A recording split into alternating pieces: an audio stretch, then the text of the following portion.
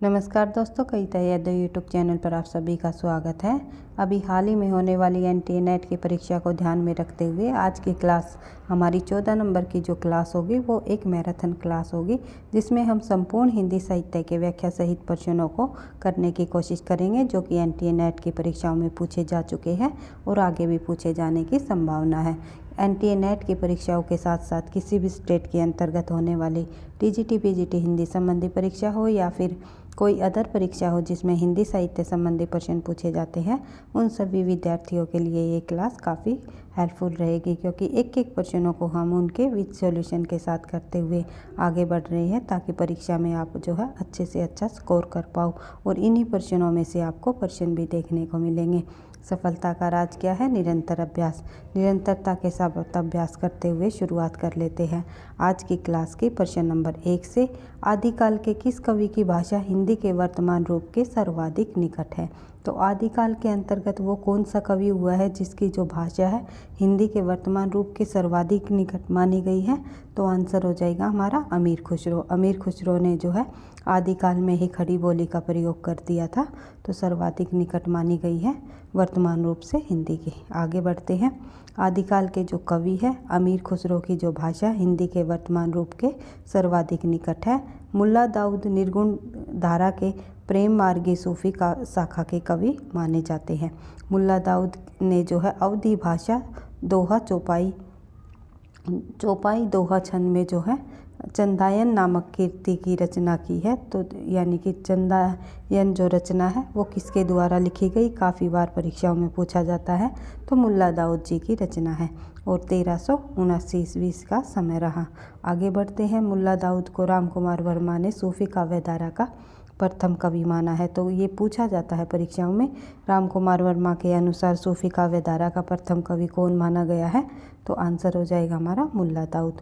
माता प्रसाद गुप्त ने चंदायन को लोर कहा या लोर कथा नाम से अभिहित किया है। तो कई बार ये प्रश्न भी पूछ लिया जाता है, चंदायन को लोर कहा या लोर कथा नाम जो है किसने दिया, किसने अभिहित किया? तो आंसर हो जाएगा हमारा माता प्रसाद गुप्त। फिर चंद्रबरदाई की कीर्ति पृथ्वीराज रासो। चंद्रबरदाई जी द्वारा लिखी गई पृथ्वीराज रासो जो कि हिंदी का पहला महाकाव्य भी माना जाता है। तो आगे बढ़ते हैं। अब्दुल रहमान जी द्वारा लिखा गया जो रचना है वो संदेश रासक, जो कि पहला धर्मेतर रास ग्रंथ माना जाता है। अगर ये पूछा जाए पहला धर्मेतर रास ग्रंथ कौन सा है, तो कौन सा मानेंगे हम? संदेश रासक, जिसके रचनाकार कौन है?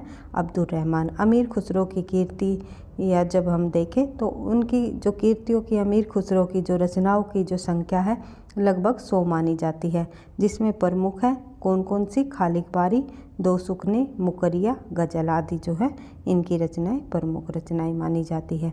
और किन रचनाओं में जो है क्या विशेषता रही है इन रचनाओं की, हम प्रश्न उत्तरों के माध्यम से सभी जो है रिवाइज करने वाले हैं। जैसे कि खालिक बारी में उन्होंने जो है उनका एक शब्द कोश माना गया है। आगे बढ़ते हैं, अगला प्रश्न देख लेते हैं। प्रश्न नंबर 2, पृथ्वीराज रासो में प्रमुख रस कौन सा है? तो पृथ्वीराज रासो जो रचना है उसमें प्रमुख रस कौन सा माना जाता है? तो पृथ्वीराज रासो में वीर और श्रृंगार रस को प्रमुख रस माना गया है। वीर और श्रृंगार रस की प्रधानता रही है। तो आगे बढ़ते हैं। पृथ्वीराज रासो में प्रमुख रस वीर और श्रृंगार रस है। पृथ्वीराज रासो साहित्य की प्रमुख रचना है। इसमें कुल 68 छंदों का प्रयोग किया गया है। इस कीर्ति के रचनाकार कौन माने गए हैं? पृथ्वीराज रासो के चंद्रबरदाई। इनकी 56 छंद का विशेषज्ञ माना जाता है, यानी कि किनको चंद्रबरदाई जी को जो है किसका विशेषज्ञ माना गया है? 56 छंद का। कई बार ये प्रश्न भी पूछा जाता है, निम्नलिखित में से चंद्रबरदाई जी का प्रिय छंद कौन सा माना है जाता है? तो आंसर हो जाएगा 56 छंद। 56 छंद जो है चंद्रबरदाई जी का प्रिय छंद रहा है। पृथ्वीराज रासो को चंद्रबरदाई के पुत्र जलहण ने पूरा किया। जो महाकाव्य है पृथ्वीराज रासो चंद्रबरदाई जी द्वारा रचित, उसके पुत्र जो है जलहण ने इसे पूरा किया था, ये भी आपको ध्यान रखना है। और पृथ्वीराज रासो जो सुख सुखी संवाद के रूप में रचित है, ये जो है हजारी प्रसाद द्विवेदी जी का कथन है। उस कथन के अंतर्गत जो है उसमें बताया गया है पृथ्वीराज रासो जो है सुख सुखी संवाद के रूप में रचित है। आचार्य रामचंद्र शुक्ल ने चंद्रबरदाई को हिंदी का प्रथम महाकवि तथा पृथ्वीराज रासो को प्रथम महाकाव्य माना है। रामचंद्र शुक्ल के अनुसार हिंदी का प्रथम महाकवि पूछ लिया जाए तो आंसर होगा चंद्रबरदाई, और प्रथम महाकाव्य पूछा जाए हिंदी का रामचंद्र शुक्ल के अनुसार तो आंसर हो जाएगा पृथ्वीराज रासो। आई होप आप समझ रहे होगे। अगर भाई वीडियो आपको पसंद आते हैं, प्रश्न आपको लगता है आपकी परीक्षाओं के लिए हेल्पफुल है, तो प्लीज़ वीडियो को आप लाइक करते हुए चलो, ताकि मुझे भी जो है नेक्स्ट क्लास बनाने का इसी तरह मोटिवेशन मिलता रहे। और साथ ही चैनल पर पहली बार हो तो सब्सक्राइब भी कर लेना, ताकि नोटिफिकेशन आपको समय पर मिलता रहे। हर रोज़ जो है अधिक से अधिक प्रश्नों का अभ्यास करने की हम कोशिश करते हैं। संपूर्ण हिंदी साहित्य के व्याख्या सहित प्रश्नों को, जो कि पिछली परीक्षाओं में पूछे जा चुके हैं, चाहे DSSB परीक्षा हो या UP TGT PGT परीक्षा हो या NTA NET की परीक्षा हो या कोई अदर स्टेट के अंतर्गत होने वाली परीक्षाएं हैं हिंदी संबंधी, उन प्रश्नों को हम विद सॉल्यूशन के साथ करते हुए आगे बढ़ रहे हैं। तो देख लेते हैं, शुरुआत कर लेते हैं प्रश्न नंबर 3 की। जायसी जी ने जो है सूफी कवि रहे हैं, प्रमुख सूफी कवि। पद्मावत में उनकी रचना का नाम है पद्मावत में 12 मासा पद्धति का उपयोग के लिए क्या किया है, तो आंसर हो जाएगा विरह वर्णन जो है इन्होंने 12 मासा पद्धति का उपयोग करते हुए उन्होंने किया है पद्मावत रचना में। जायसी कृत पद्मावत में नागमती, पद्मावती और रतन सेन के प्रेम की कहानी का वर्णन है। 12 मासा मूलतः विरह प्रधान लोक संगीत है। वह पद्य व गीत जिसमें 12 महीनों की प्रकृति विशेषताओं का वर्णन किसी विरही या विरहिणी के मुख से कराया गया है। तो आपको ध्यान रखना है, आचार्य रामचंद्र शुक्ल के अनुसार जो है पद्मावत की कथा का पूर्वार्ध भाग जो है कल्पित माना गया है, यानी कि काल्पनिक माना गया है, और जो उत्तरार्ध यानी कि बाद का भाग जो है, बाद का उत्तरार्ध यानी कि पद्मावत जो ग्रंथ है उसके जो बाद का जो भाग है वो उत्तरार्ध यानी कि ऐतिहासिक माना गया है। पूर्वार्ध यानी कि पहले का जो भाग है वो कल्पित माना है। किसने? आचार्य रामचंद्र शुक्ल ने। पद्मावत ग्रंथ की बात हो रही है। आगे बढ़ते हैं, अगला प्रश्न देख लेते हैं। प्रश्न नंबर 4, निम्नलिखित जो है अंकों को क्या कहा जाता है? इस प्रकार के जो अंक लिखे जाते हैं हमारे, उन अंकों को जो है क्या कहा जाता है? तो ये अंक होते हैं हमारे अंतर्राष्ट्रीय अंक। 1 2 3 4 5 6 7 8 9 और 0। ये जो है अंकों को अंतर्राष्ट्रीय अंक कहा जाता है। अंतर्राष्ट्रीय अंक प्रणाली में 0 को मिलाकर कुल 10 अंक होते हैं।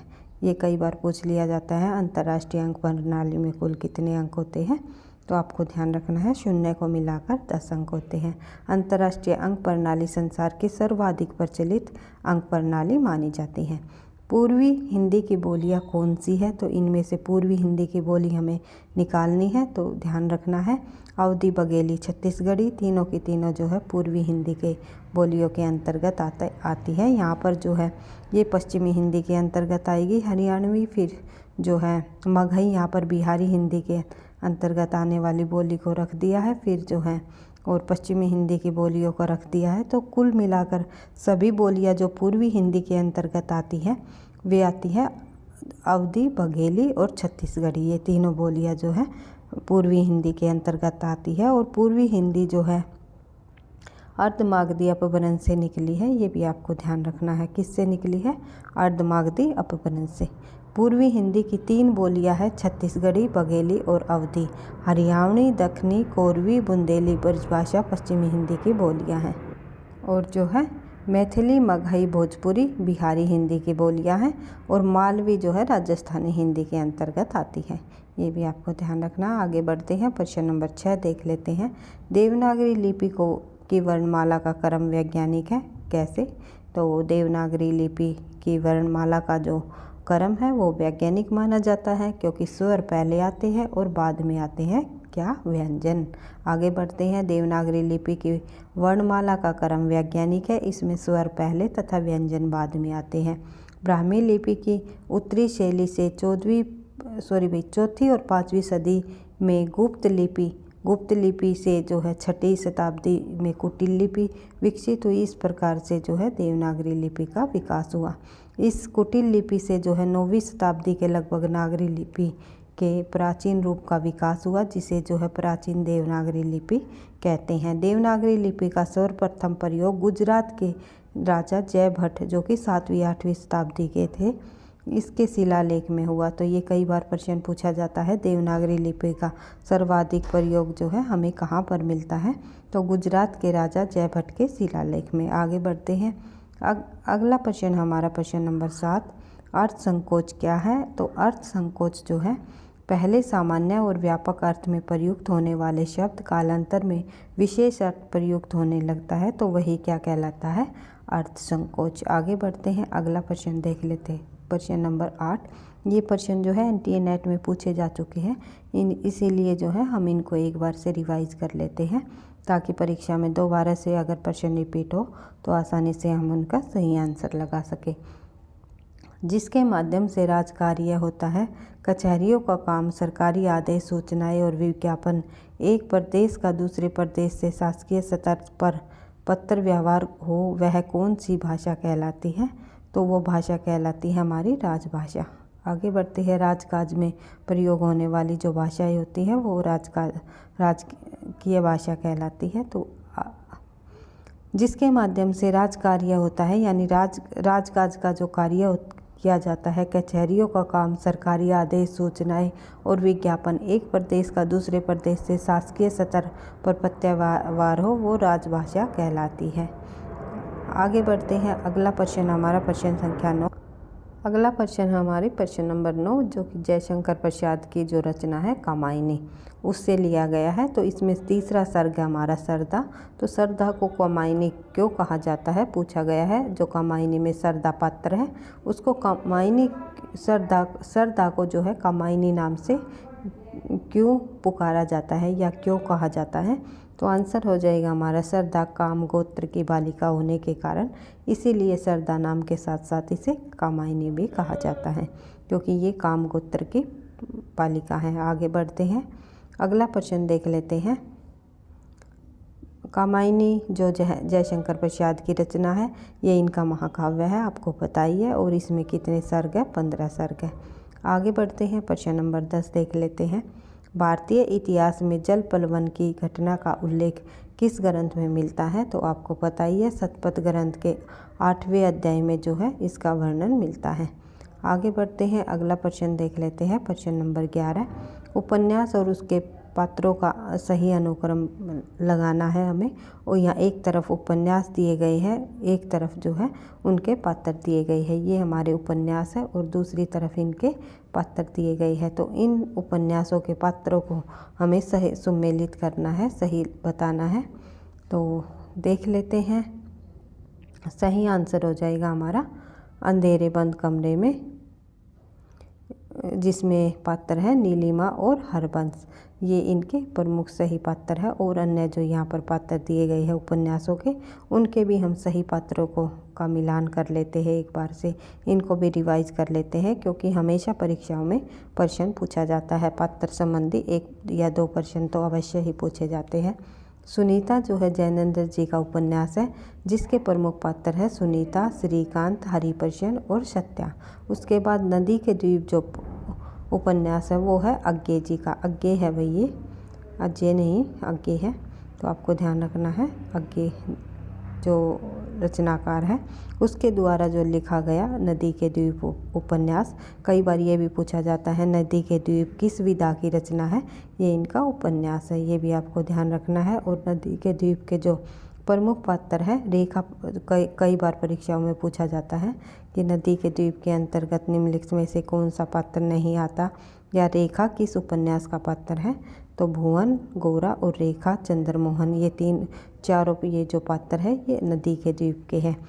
उसके बाद दादा कामरेड यशपाल जी द्वारा लिखा गया हरीश, शैला, यशोदा और अख्तर रॉबर्ट, ये जो है दादा कामरेड जी के उपन्यास, दादा कामरेड उपन्यास के पात्र है, जो कि यशपाल जी द्वारा लिखा गया। अनाम दास का पोथा जो है हजारी प्रसाद जी का उपन्यास है, जिसका है पात्र है जाबाला, रीतम्बरा और ऋतुका और रेखव, ये जो है अनाम दास के पोथे के पात्र हैं। देख लेते हैं प्रश्न नंबर 12, परीक्षा गुरु में किस शहर की रईस की कथा है, तो परीक्षा गुरु के अंतर्गत जो है हमें दिल्ली के रईस की कथा देखने को मिलती है। दिल्ली शहर के रईस की कथा है परीक्षा गुरु। परीक्षा गुरु उपन्यास जो है किसके द्वारा लिखा गया? श्रीनिवास दास जी द्वारा। आचार्य रामचंद्र शुक्ल ने परीक्षा गुरु को अंग्रेजी ढंग से का जो है हिंदी का पहला उपन्यास माना जाता है और इसका जो प्रकाशन है 1882। आगे बढ़ते हैं, प्रश्न नंबर 13 देख लेते हैं। मोहन राकेश के अपूर्ण नाटक पैर तले की ज़मीन को किसने पूरा किया? मोहन राकेश जी द्वारा लिखा गया पैर तले की ज़मीन जो नाटक है वो उनका अपूर्ण नाटक है, यानी कि अधूरा नाटक रह गया। तो इससे पूरा करने वाला जो लेखक है उसका नाम है कमलेश्वर जी। कमलेश्वर ने इसे पूरा किया। आगे बढ़ते हैं। जो मोहन राकेश जी के अन्य प्रमुख नाटक है पैर तले की ज़मीन के अलावा, जो कि कमलेश्वर ने पूरा किया, इसके अलावा जो और अन्य प्रमुख नाटक परीक्षाओं में पूछे जाते हैं मोहन राकेश जी के, आषाढ़ का एक दिन, लहरों का राजहंस, आधे अधूरे, और सुरेंद्र वर्मा के जो नाटक है वो है द्रौपदी, सेतुबंद, आठवां सर्ग, शकुंतला की अंगूठी। धर्मवीर भारती जी का नाटक है अंधा युग, जो कि बार बार परीक्षाओं में पूछा जाता है। आगे बढ़ते हैं। अगला प्रश्न है प्रश्न नंबर 14। किस एकांकीकार ने अतीत गौरव को प्रस्तुत करते हुए राष्ट्रीयता और देश प्रेम की भावना जगाने का प्रयास किया है? आंसर हो जाएगा हमारा राम कुमार वर्मा। राम कुमार वर्मा एक प्रमुख एकांकीकार रहे हैं। तो राम कुमार वर्मा ने अतीत गौरव को प्रस्तुत करते हुए देयता और देश प्रेम की भावना को, राष्ट्रीयता है भैया, राष्ट्रीयता और देश प्रेम की भावना को जगाने का प्रयास किया है। राम कुमार वर्मा ने प्रसिद्ध एकांकी पृथ्वीराज की आंखें, चारुमित्रा, कौमुदी महोत्सव और दीपदान आदि जो है इनकी प्रमुख एकांकियाँ हैं और बादल की मृत्यु भी इनकी प्रमुख एकांकी है। आगे बढ़ते हैं। भुवनेश्वर जी भी एकांकी के रूप में काफ़ी प्रसिद्ध हुए हैं, एकांकीकार के रूप में। तो आपको ध्यान रखना है भुवनेश्वर जी की एकांकी कारवा जो है काफ़ी बार परीक्षाओं में पूछी जाती है। जगदीश चंद्र माथुर की जो एकांकी है उसमें शामिल है मेरी बांसुरी, भोर का तारा, कलिंग विजय, खंडर और जो है कबूतर खाना। ये जो है भुवनेश्वर जी की जगदीश चंद्र माथुर जी की एकांकियाँ है। भूषणेश्वर की नहीं भाई, भुवनेश्वर की जो है कारवां काफ़ी प्रसिद्ध है। उसके बाद आगे बढ़ते हैं। लक्ष्मी नारायण लाल की प्रमुख एकांकी नाटक देख लेते हैं। सुरंगी, पर्वत के पीछे, ताजमहल के पीछे, दूसरा दरवाज़ा। दूसरा दरवाज़ा इनका काफ़ी प्रसिद्ध नाटक रहा है, ये आपको ध्यान रखना है, बार बार परीक्षाओं में पूछा जाता है। आगे बढ़ते हैं। अगला प्रश्न है प्रश्न नंबर 15। निम्नलिखित में से आचार्य हजारी प्रसाद द्विवेदी के निबंधों की कौन सी प्रमुख विशेषता नहीं है? तो हजारी प्रसाद द्विवेदी के निबंधों की इनमें से कौन सी प्रमुख विशेषता नहीं है, ये आपको बताना है। तो आंसर हो जाएगा विदेशी लेखकों का उल्लेख। हजारी प्रसाद ने नहीं किया था। विदेशी लेखकों का उल्लेख हजारी प्रसाद द्विवेदी के निबंधों की विशेषता नहीं है। और आचार्य हजारी प्रसाद द्विवेदी के जो प्रमुख निबंधकार रहे हैं किस रूप में प्रसिद्ध हुए हैं? तो वे एक ललित निबंधकार के रूप में प्रसिद्ध हुए हैं। आचार्य हजारी प्रसाद द्विवेदी जी के निबंधों को व्यक्ति की स्वाधीन चिंता की उपज भी माना जाता है। निबंध संग्रह कौन कौन से हैं हजारी प्रसाद द्विवेदी जी के? उसमें शामिल है अशोक के फूल, कल्पलता, मध्यकालीन धर्म साधना, विचार और वितर्क, विचार पर्व, कुटुज, साहित्य सहचर, आलोक पर्व आदि जो है हजारी प्रसाद द्विवेदी जी के प्रमुख निबंध माने जाते हैं, निबंध संग्रह माने जाते हैं। आगे बढ़ते हैं। अगला प्रश्न देखते हैं। जयशंकर प्रसाद की पहली कहानी कौन सी थी? तो जयशंकर प्रसाद की इनमें से पहली कहानी मानी जाती है गुंडा। सॉरी भाई, एक सेकंड भाई, ग्राम। जयशंकर प्रसाद की जो पहली कहानी का क्या नाम है? ग्राम गुंडा। सॉरी से गलती से बोल दिया भाई, सॉरी, माफ़ी चाहूँगी। तो देख लेते हैं। जो ये ग्राम कहानी है जयशंकर प्रसाद की, ये कई बार पूछ लिया जाता है किस पत्रिका में प्रकाशित हुई? तो आपको ध्यान रखना है इंदु में प्रकाशित हुई, 1912 में इंदु पत्रिका में इसे प्रकाशित किया गया। आगे बढ़ते हैं। इनकी प्रमुख काव्य कीर्तियाँ देख लेते हैं जयशंकर प्रसाद जी की। तो जिसमें शामिल है चित्राधार, कानन कुसुम, झरना, आंसू, लहर, कामायनी। कहानी के क्षेत्र में प्रसाद जी के कथा संग्रह भी प्रकाशित हुए हैं, जिसमें छाया, प्रतिध्वनि, आकाशदीप, आंधी, इंद्रजाल जो है आदि शामिल है। और 17 कहानियाँ प्रकाशित हुई हैं इन कहानी संग्रह में प्रसाद जी की। आगे बढ़ते हैं, अगला प्रश्न देख लेते हैं। प्रश्न नंबर 17, मोहन राकेश के अपूर्ण नाटक पैर तले की ज़मीन को किसने पूरा किया? ये प्रश्न हम पढ़ चुके हैं। कमलेश्वर जी द्वारा इस नाटक को पूरा किया गया। आगे बढ़ते हैं, व्यक्तिकता और आत्माभिव्यक्ति किस विधा के अनिवार्य प्रवृत्ति है? तो व्यक्तिकता और आत्माभिव्यक्ति जो है किस विधा की अनिवार्य प्रवृत्ति मानी जाती है? आंसर हो जाएगा हमारा गीति काव्य की। तो ये जो है गीति काव्य की अनिवार्य प्रवृत्ति रही है व्यक्तिकता और आत्माभिव्यक्ति। आगे बढ़ते हैं, अगला प्रश्न देख लेते हैं। प्रश्न नंबर 19, लघु पत्रिका के रूप में किसका योगदान रहा है? तो आंसर हो जाएगा हमारा बी, कवि का। तो देख लेते हैं, लघु पत्रिका के रूप में कवि का योगदान रहा है। हिंदी के प्रथम पत्रिका का जो नाम है, हिंदी का प्रथम समाचार पत्र का नाम है वो है उद्यंत मार्तंड, जो कि 30 मई 1826 को कानपुर निवासी जुगल किशोर के संपादकत्व में कोलकाता से निकाला गया।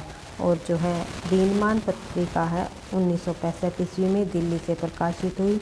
हिंदी का पहला दैनिक समाचार पत्र सुधावर्षन श्याम सुंदर दास के संपादक में निकाला गया। और हिंदी भाषा क्षेत्र में प्रकाशित प्रथम पत्रिका बनारस अखबार थी। इसके संपादक राजा शिव प्रसाद सिंह माने जाते हैं। तो जो प्रथम पत्रिका मानी जाती है हिंदी भाषा क्षेत्र की प्रकाशित प्रथम पत्रिका, तो नाम आएगा बनारस अखबार का। और हिंदी का पहला समाचार पत्र की बात करें तो इस नाम आता है उद्यंत मार्तंड का, जो कि साप्ताहिक रूप से निकाला गया। अगर दैनिक पूछ लिया जाए तो श्याम सुंदर दास जी का समाचार पत्र सुधावर्षन। आगे बढ़ते हैं, अगला प्रश्न देख लेते हैं। उद्यंत मार्तंड के प्रकाशन दिन के आधार पर 30 मई को राष्ट्रीय हिंदी पत्रकारिता दिवस भी मनाया जाता है। अगला प्रश्न है हमारा प्रश्न संख्या 20। प्रश्न संख्या 20 देख लेते हैं। किस एकांकीकार ने अतीत गौरव को प्रस्तुत करते हुए राष्ट्रीयता और देश प्रेम की भावना को जगाने का प्रयास किया है? तो आंसर क्या होगा हमारा? रामकुमार वर्मा जी। ये प्रश्न हम पहले पढ़ चुके हैं। तो रामकुमार वर्मा जी की एकांकी हम यहाँ पर देख लेते हैं एक बार से, फिर दोबारा से रिवाइज कर लेते हैं। पृथ्वीराज की आंखें, रेस मिठाई काफ़ी इम्पोर्टेंट है, चारू मित्रा, कौमुदी महोत्सव, दीपदान। और भुवनेश्वर जी की एकांकी है कारवां। जगदीश चंद्र माथुर जी की एकांकी है मेरी बांसुरी, भोर का तारा, कलिंग विजय, खंडर और जो है कबूतर खाना आदि जो है इनकी प्रमुख एकांकियाँ हैं। लक्ष्मी नारायण लाल जी की एकांकी देखें तो बहुरंगी, उसके बाद जो है पर्वत के पीछे, ताजमहल के पीछे, दूसरा दरवाज़ा। आगे बढ़ते हैं, अगला प्रश्न हमारा प्रश्न नंबर 22। निम्नलिखित में से आचार्य हजारी प्रसाद द्विवेदी के निबंधों की कौन सी प्रमुख विशेषता नहीं है? तो ये प्रश्न भी हमारा रिपीट हो गया भाई, विदेशी लेखकों का उल्लेख। आगे बढ़ते हैं, किस विधा में तथ्य आवश्यक नहीं है? तो किस विधा में तथ्य को अत्यावश्यक नहीं बताया गया? तो आपको बताना है। आंसर हो जाएगा हमारा संस्मरण। संस्मरण के अंतर्गत जो है संस्मरण विधा में तथ्य को जो है अत्यावश्यक नहीं माना। तो संस्मरण स्मृति के आधार पर किसी विषय अथवा किसी व्यक्ति पर लिखित आलेख होता है। और हिंदी की जो प्रथम संस्मरणकार है वो है पदम सिंह शर्मा। इनकी प्रमुख रचना है पद्म पराग। यात्रा वृत्तांत किसी स्थान या बाहर से आए हुए व्यक्ति या व्यक्तियों के अनुभवों के बारे में लिखे वृत्तांत को ही क्या कहा जाता है? यात्रा वृत्तांत। आगे बढ़ते हैं, हिंदी साहित्य में यात्रा वृत्तांत लिखने की परंपरा के जो सूत्रपात है वो भारतेंदु जी हरिश्चंद्र द्वारा मानी जाती है। और प्रसिद्ध यात्रा वृत्तांतकार कौन रहे हैं हिंदी साहित्य में? तो नाम आता है राहुल सांसकारतायन जी का। और रिपोर्टराज कहा जाता है किसी घटना के यह तथ्य वर्णन को रिपोर्टराज कहते हैं।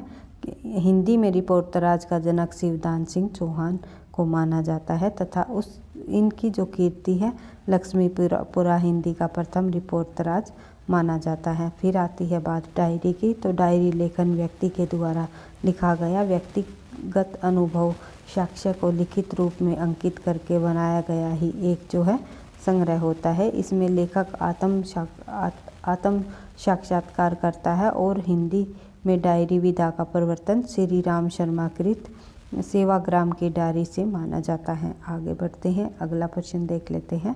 प्रश्न नंबर 23, गौवध निवारण की भावना से लिखा गया उपन्यास का नाम बताइए। तो आंसर हो जाएगा हमारा निशाए हिंदू। निशाए हिंदू जो है गौवध निवारण की भावना से लिखा गया राधा कृष्ण दास जी का एक प्रसिद्ध उपन्यास है। 1889 में लिखित निशाए हिंदू की जो हिंदुओं की निस्सहायता और मुसलमानों की धार्मिक कट्टरता का चित्रण इसमें प्रस्तुत किया गया है। यह गौवध निवारण की भावना में से लिखा गया उपन्यास है। अगर भाई वीडियो आपको पसंद आती है तो प्लीज़ लाइक करते हुए चलो, ताकि मुझे भी नेक्स्ट क्लास बनाने का मोटिवेशन मिलता रहे। आगे बढ़ते हैं, प्रश्न नंबर 24 देख लेते हैं। विनायक किस उपन्यास का पात्र है। तो विनायक जो है किस उपन्यास का पात्र माना जाता है। तो आंसर हो जाएगा हमारा नूतन ब्रह्मचारी, जो कि बालकृष्ण भट्ट जी द्वारा लिखा गया एक प्रसिद्ध उपन्यास है। विनायक जो है नूतन ब्रह्मचारी बालकृष्ण भट्ट जी द्वारा लिखा गया उपन्यास का पात्र है। विनायक हिंदी के विख्यात साहित्यकार रमेश चंद्र शाह द्वारा लिखा गया एक उपन्यास का नाम भी है, जिसके लिए 2014 में साहित्य अकादमी पुरस्कार से सम्मानित किया गया है। तो जिन रचनाओं पर साहित्य अकादमी पुरस्कार मिला हुआ है तो वे रचना अपने आप में इम्पोर्टेंट हो जाती है। तो ये दोनों ही प्रश्न इम्पोर्टेंट है परीक्षा की दृष्टि से। विनायक नाम का पात्र भी पूछ लिया जाता है और विनायक नाम से कोई रचना भी अगर पूछ ली जाए तो उपन्यास विधा की रचना है रमेश चंद्र शाह जी को। इस पर जो है 2014 में साहित्य अकादमी पुरस्कार से सम्मानित किया जा चुका है। आगे बढ़ते हैं, अगला प्रश्न है प्रश्न नंबर 25। 12 बरस ले कुकर जिए अरु 16 लोजिए सियार किसकी पंक्ति है। तो ये पंक्ति जो है जगनीक जी की है।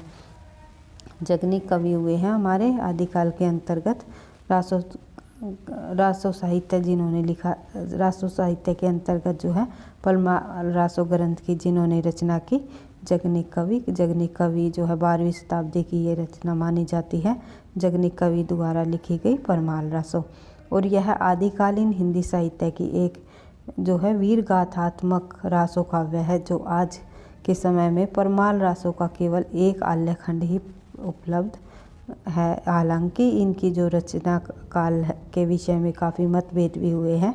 कहीं पर 12वीं शताब्दी की कही गई है तो कहीं इस रचना को 16वीं शताब्दी भी बताया है। कवि जगनीक जो कालिंजर और महोबा के राजा परमाल के दरबारी कवि थे। कई बार पूछ लिया जाता है ये किसके दरबार में रहते थे। तो महोबा के, कालिंजर और महोबा के दरबार में। आगे बढ़ते हैं, आगे अगला प्रश्न हमारा प्रश्न संख्या 26। एक सेकंड भाई। आदिकालीन रासो साहित्य की प्रमुख प्रवृत्तियों से संबंधित कौन सा कथन सही नहीं है। तो इन आदिकालीन साहित्य की जो यहाँ पर रासो साहित्य की कुछ प्रवृत्तियाँ दी गई हैं, इन प्रवृत्तियों में कौन सी प्रवृत्ति सही नहीं है ये आपको बताना है, कौन सा कथन सही नहीं है। तो इस साहित्य में राष्ट्रीय प्रेम का सुंदर चित्रण किया गया। तो आंसर हमारा ए ही हो जाएगा, क्योंकि ये बिल्कुल गलत है। इसमें जो है राष्ट्रीय प्रेम का सुंदर चित्रण नहीं बल्कि संकुचित राष्ट्रीयता का भाव हमें देखने को मिलता है। हर एक राजा जो है वे अपने राज्य को ही राष्ट्र समझ बैठते हैं और अपनी ही राज्य की सुरक्षा के लिए जो है वे युद्ध भी करते हैं, लेकिन संपूर्ण राष्ट्रीयता की भावना उनके अंतर्गत नहीं है। तो देख लेते हैं, युद्धों का सजीव चित्रण प्रस्तुत किया गया है इसमें, तभी रासो साहित्य ही लिखा गया। कवि जो रहे थे जो कवि रहे थे राजाओं के साथ साथ जा करके उनके युद्धों का सजीव चित्रण देखते थे और उनसे संबंधी रचना करते थे और उन रचनाओं में उनकी राजाओं की वीरता का बखान करते थे। आगे बढ़ते हैं, इनमें सौंदर्य और विलासता का स्वाभाविक और जीवांत चित्रण भी प्रस्तुत हुआ है। ये कथन भी बिल्कुल सही है। श्रृंगार और वीर रस तो इनके प्रधान रस थे। मुख्य रूप जो है इनका श्रृंगार और वीर रस के साथ चित्रण इनकी महत्वपूर्ण विशेषता रही है। आगे बढ़ते हैं, अगला प्रश्न देख लेते हैं, प्रश्न नंबर 27। एक सेकंड भाई। आचार्य रामचंद्र शुक्ल ने रासो शब्द का संबंध किस शब्द से माना? तो शुक्ल के अनुसार रासो शब्द का जो संबंध है वो रसायन से माना गया, यानी रसायन से ही रासो शब्द की उत्पत्ति हुई, ऐसा माना रामचंद्र शुक्ल ने। बिसल देव रासो काव्य में के अर्थ में जो है रसायन शब्द बार बार आ जाने के कारण जो है रासो शब्द की उत्पत्ति रामचंद्र शुक्ल ने रसायन से मानी है। हमारी समझ में इस रसायन शब्द के होते होते जो है रासो हो गया, ऐसा माना शुक्ल जी ने। और रसिक शब्द से मानने वाले नरोत्तम स्वामी, रास से मानी गौरी शंकर हीराचंद ओझा ने, उसके बाद जो है रासक से मानी रासो शब्द की उत्पत्ति हजारी प्रसाद द्विवेदी ने। और परीक्षा की दृष्टि से काफ़ी इम्पोर्टेंट है और सर्वमान्य तौर पर भी रासो शब्द की जो उत्पत्ति जो है रासक से ही मानी गई है। सर्वमान्य तौर पर रासक से ही मानी जाती है रासो शब्द की उत्पत्ति। आगे बढ़ते हैं, अगला प्रश्न देख लेते हैं। हजारी प्रसाद द्विवेदी ने किसे हिंदी का पहला कवि माना, प्रथम कवि माना? तो आंसर हो जाएगा हमारा अब्दुल रहमान जो द्वारा हजारी प्रसाद द्विवेदी द्वारा जो है अब्दुल रहमान को हिंदी का प्रथम कवि माना गया। आगे बढ़ते हैं, अब्दुल रहमान को हजारी प्रसाद द्विवेदी ने हिंदी का प्रथम कवि माना। सरहप्पा को मानने वाले विद्वान है राहुल संस्कृतायन, स्वयंभू को माना राम कुमार वर्मा ने, पुष्यदंत को जो माना शिव सिंह सेंगर ने। आगे बढ़ते हैं, अगला प्रश्न है प्रश्न संख्या 29। संविधान के 92वें संशोधन अधिनियम 2003 द्वारा कितनी भाषाओं को भारतीय भाषाओं में सम्मिलित किया गया? तो कितनी भाषाओं को भारतीय भाषाओं में सम्मिलित किया गया 92वें संशोधन अधिनियम के तहत 2003 में? तो आपको ध्यान रखना है कुल 4 भाषाओं को। कौन कौन सी 4 भाषा? मैथिली, डोगरी, बोडो और संथाली आएगी। तो इसके अलावा जो हमारी संविधान के अंतर्गत कुल 22 भाषा हैं, उनको भी एक बार रिवाइज कर लेते हैं ताकि परीक्षा में ये प्रश्न पूछा जाए कि इनमें से कौन सी भाषा हमारे संविधान के अंतर्गत 8वीं अनुसूची में शामिल नहीं है। तो आपको ध्यान रखना है असमिया, बंगला, गुजराती, हिंदी, कन्नड़, कश्मीरी, कोंकणी, मलयालम, मणिपुरी, मराठी, नेपाली, ओडिया, पंजाबी, संस्कृत, सिंधी, तमिल, तेलुगु, उर्दू, बोडो, संथाली, मैथिली और डोगरी। इन बोडो, संथाली, मैथिली और डोगरी को जो है 2003 में शामिल किया गया। और अन्य जो पहले शुरुआत में 14 भाषाओं को संविधान के प्रारंभ में शामिल किया गया था, लेकिन वर्ष 1967 में सिंधी भाषा को 21वें संशोधन में और जोड़ दिया गया। आगे बढ़ते हैं, 92वें संशोधन के अंतर्गत जो है 71वां जब संशोधन हुआ 1992 में 71वें संशोधन में कोंकणी, मणिपुरी और नेपाली को शामिल किया गया। 2003 में जो है 92वां संशोधन हुआ, तब उसमें जो है बोडो, डोगरी, मैथिली और संथाली इस 4 भाषाओं को और जो है शामिल कर दिया गया। तो ये आपको ध्यान रखना है। इस प्रकार से यहाँ से एक प्रश्न जो है परीक्षाओं में हमेशा हर बार पूछा जाता है। तो इस पूरे के पूरे जो है प्रश्न को आपको एक बार से फिर रिवाइज कर लेना है। संविधान में कुल कितनी भाषाओं को शामिल किया गया, अभी वर्तमान में कितनी भाषाएं हैं, शुरुआत में कितनी थी, किस संशोधन के अंतर्गत कौन सी भाषा को शामिल किया गया और संशोधन कब हुए, और जो है इस प्रकार से कोई भी प्रश्न पूछा जा सकता है। आगे बढ़ते हैं, अगला प्रश्न देख लेते हैं। प्रश्न नंबर 30। हिंदू हृदय और मुसलमान हृदय आमने सामने करके अजनबीपन मिटाने वालों में इन्हीं का नाम आता है। इन्हीं का नाम आता है शुक्ल का जो कथन है किस कवि के संबंध में है? तो ये जो कथन है शुक्ल ने जायसी के संबंध में कहा है। आगे बढ़ते हैं, अगला प्रश्न देख लेते हैं। हीन भय जलमीन अधीन कहा कतीमो अकुलानी समाने, नीर स्नेही को लाए कलंक, निराश है कायर त्याग पराने। जो उपयुक्त पंक्तियां हैं नीर स्नेही में कौन सा अलंकार है? तो आंसर हो जाएगा सबंगपद अलंकार, सबंगपद श्लेष अलंकार। आगे बढ़ते हैं, अगला प्रश्न देख लेते हैं। प्रश्न नंबर 32। भिखारी दास के काव्य निर्णय में किसका विवेचन है? तो भिखारी दास के काव्य निर्णय जो रचना है उसमें सर्वांग विवेचन किया गया है। अगला प्रश्न देख लेते हैं। प्रश्न नंबर 33। रामचंद्र शुक्ल ने बिहारी की भाषा को क्या कहा? तो रामचंद्र शुक्ल के अनुसार बिहारी की भाषा को कहा गया ये चलती होने पर भी साहित्यिक है। आगे बढ़ते हैं, जहाँ कलह तह सुख नहीं कलह सुखन को सूल, सभी कलह एक राज में राज कलह को मूल। ये पंक्तियाँ जो है किस कवि द्वारा लिखी गई है? तो आंसर हो जाएगा हमारा नागरीदास जी द्वारा। नागरीदास का जो वास्तविक नाम है वो सामंत सिंह था। उसके बाद आगे बढ़ते हैं। अगला प्रश्न है हमारा प्रश्न नंबर 35। मुड़ मुड़ कर देखता हूँ किसकी आत्मकथा है? मुड़ मुड़ कर देखता हूँ नामक आत्मकथा राजेंद्र यादव जी की है। तो राजेंद्र यादव ने 8 उपन्यास, 150 से अधिक कहानियाँ लिखी। प्रेत बोलते हैं, उखड़े हुए लोग, उल्टा, सह और मात, एक मुस्कान, अनदेखे अनजाने पुल, मंत्रबुद्ध, एक था शैलेंद्र जो है इनके प्रमुख उपन्यास है। रेखाएं, लहरें, परछाइयाँ, देवताओं की मूर्तियाँ, खेल खिलौने, जहाँ लक्ष्मी कैद है, अभिमन्यु की आत्महत्या, छोटे छोटे ताजमहल, टूटना जो है इनके प्रमुख कहानी संग्रह है। इन रचनाओं को परीक्षाओं में पूछा जाता है। आगे बढ़ते हैं। अगला प्रश्न देख लेते हैं। प्रश्न नंबर 36। मणिकर्णिका के लेखक कौन है? मणिकर्णिका जो है एक दलित लेखककार ने जो ये रचना लिखी है मणिकर्णिका, काफ़ी प्रसिद्ध हुई है। ये तुलसीराम जी की रचना है। तो आंसर हो जाएगा हमारा तुलसीराम। मणिकर्णिका से ही लेखक का नया जीवन शुरू होता है और इस ये रचना है 2 भागों में जो है प्रकाशित की गई थी भाई। आगे बढ़ते हैं। अगला प्रश्न देख लेते हैं। महाकाल जो है उपन्यास के लेखक कौन है? तो महाकाल उपन्यास के लेखक जो है अमृतलाल नागर जी माने जाते हैं। अमृतलाल नागर जी के उपन्यास हमेशा परीक्षाओं में पूछे जाते हैं। महाकाल, बूंद और समुंदर, शतरंज के मोहरे, सुहाग के नुपुर, अमृत और विष, 7 घूंघट वाला मुखड़ा, एक दाने मिश्राए, मानस का हंस, नाचो बहुत गोपाल। आगे बढ़ते हैं। अगला प्रश्न देख लेते हैं। प्रश्न नंबर 38 प्रश्न में हम जब देखते हैं तो सिंधी भाषा का विकास किस अपभ्रंश से, किस बोली से माना गया है? किस अपभ्रंश की किस बोली से माना गया है? तो आंसर हो जाएगा हमारा ब्राह्मण अपभ्रंश से सिंधी का विकास माना जाता है। और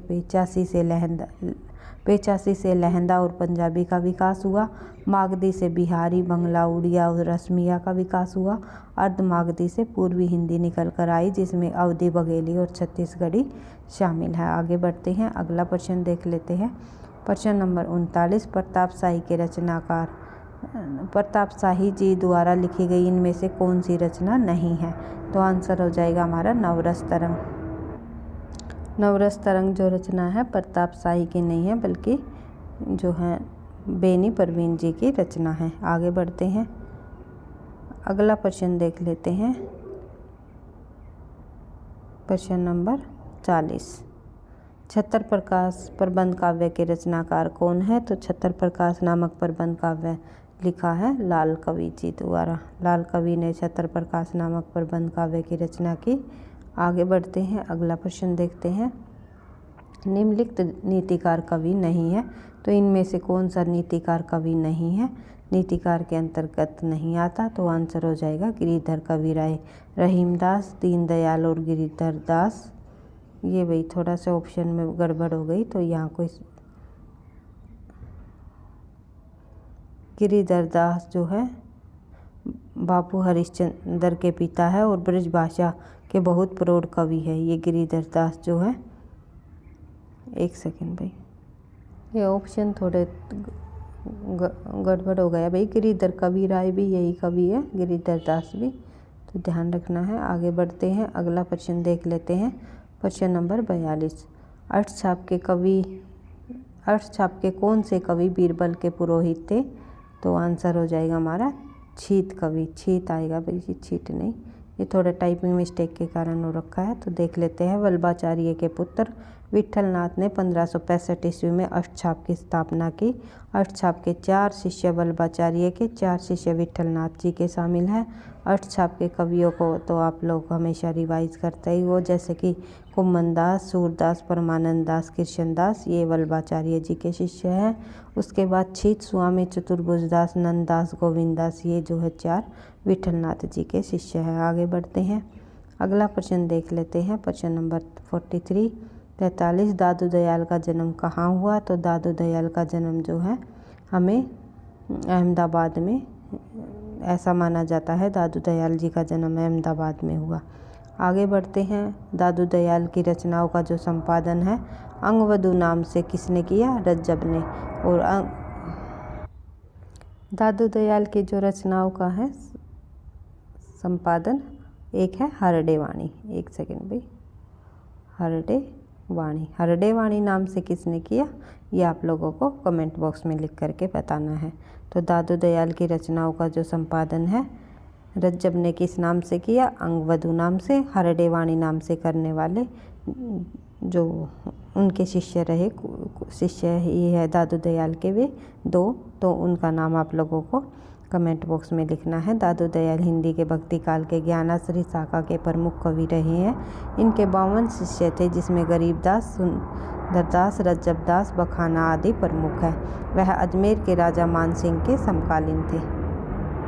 उसके बाद देख लेते हैं आगे। अगला प्रश्न है, गरीबदास और मिस्किनदास नामक 2 पुत्र थे, किसके पुत्र माने जाते हैं? ये दोनों के दोनों संत कवि। तो आंसर हो जाएगा हमारा संत दादू दयाल के। आगे बढ़ते हैं। अंगवधु के रचयिता कौन है? तो अंगवधु के रचयिता कौन है? तो दादू दयाल। अंगवधु के रचयिता दादू दयाल हैं। अगला प्रश्न देख लेते हैं, वट पीपल के लेखक कौन है? तो वट पीपल नामक जो रचना लिखी है उसका नाम है रामधारी सिंह दिनकर। रामधारी सिंह दिनकर जी का जन्म आपको पता ही है 1908 ईस्वी में। 14 अप्रैल 1974 में उनकी मृत्यु हो गई। बात करते हैं हरिवंश राय जी के बच्चन का जन्म, तो 1907 ईस्वी में। निर्मल वर्मा जी का जन्म 1929। राम कुमार वर्मा जी का जन्म जो है 1905 ईस्वी में। आगे बढ़ते हैं, क्योंकि इनके जन्म का सन कई बार पूछ लिया जाता है, तो आपको ध्यान रखना है। दिनकर जी का जन्म, बच्चन जी और निर्मल वर्मा, राम कुमार वर्मा, इनको अगर कर्मानुसार लगाने का प्रश्न भी पूछा जाए तो आसानी से आप कर सकते हो। आगे बढ़ते हैं। अगला प्रश्न है प्रश्न नंबर 47। महादेवी वर्मा का कौन सा निबंध भारतीय नारी की समस्याओं से संबंधित है? तो भारतीय नारी की समस्याओं से संबंधित निम्नलिखित जो है महादेवी वर्मा जी का निबंध माना जाता है वो है श्रृंखला की कड़ियाँ। श्रृंखला की कड़ियाँ निबंध जो है भारतीय नारी की समस्याओं से संबंधित निबंध माना गया है।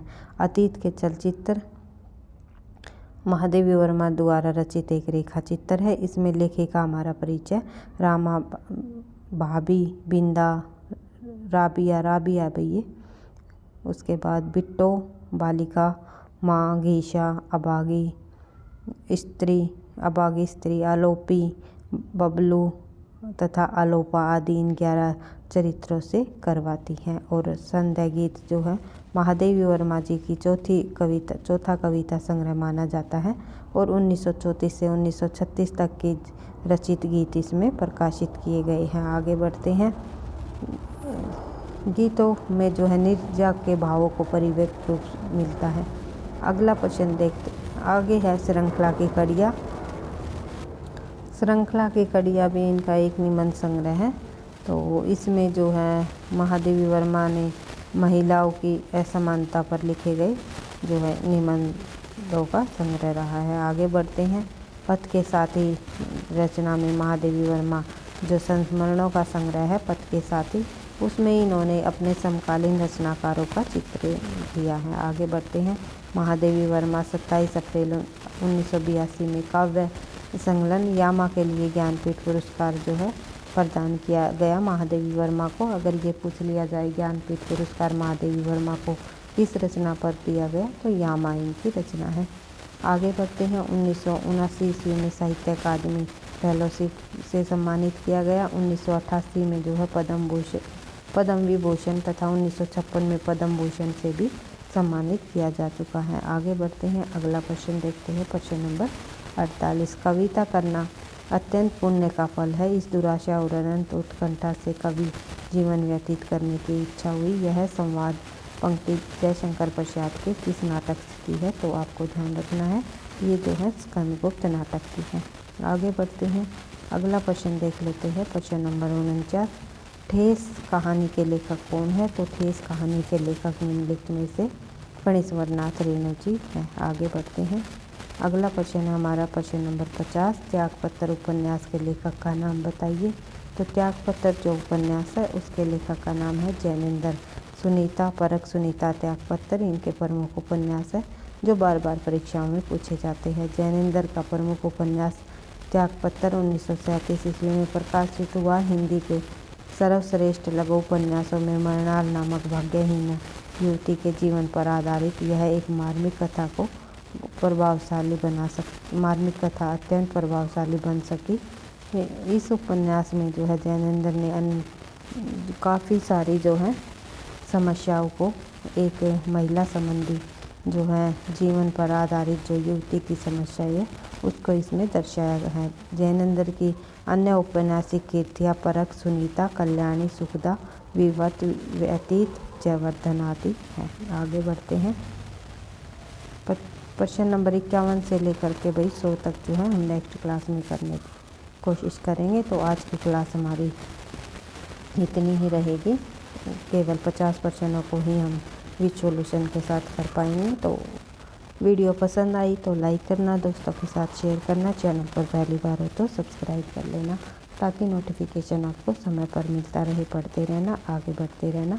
मिलते हैं और अन्य महत्वपूर्ण प्रश्नों के साथ नेक्स्ट क्लास में। थैंक यू, धन्यवाद।